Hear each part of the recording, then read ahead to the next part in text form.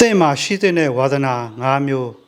အကုန်လုံးမရှိနိုင်ပေမဲ့တစ်မျိုးမဟုတ်တစ်မျိုးတော့ရှိသင့်ပါတယ်နံပါတ်1ခန္ဓာကိုယ်ကျမ်းမာကြက်ခိုင်စေတဲ့ဝါသနာ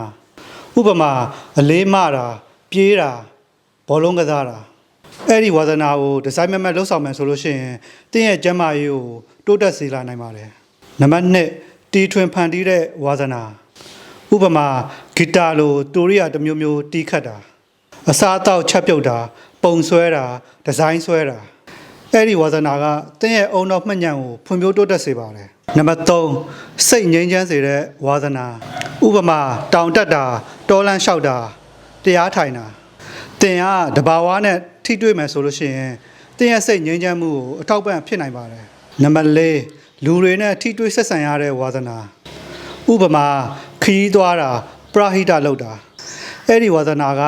တင့်ကိုအထီးကျန်မှုကနေကာကွယ်ပေးနိုင်ပါတယ်နံပါတ်5တင့်ရဲ့အရေးသွေးကိုတိုးတက်စေတဲ့ဝါသနာဥပမာစာဖတ်တာစာရေးတာဒိုင်ယာရီရေးတာဘာသာစကားအသစ်လေ့လာတာဝါသနာအကုန်လုံးရှိရမယ်လို့မဆိုလိုပါဘူးတစ်ခုနှစ်ခုလောက်ရှိရင်ကိုလုံလောက်ပါတယ်တင့်မှာဝါသနာဘယ်နှခုရှိနေပြီလဲရှိခဲ့ရင်အောက်ကကွန်မန့်မှာရေးခဲ့ပေးပါခင်ဗျာမရှိခဲ့လို့ရှိရင်လည်း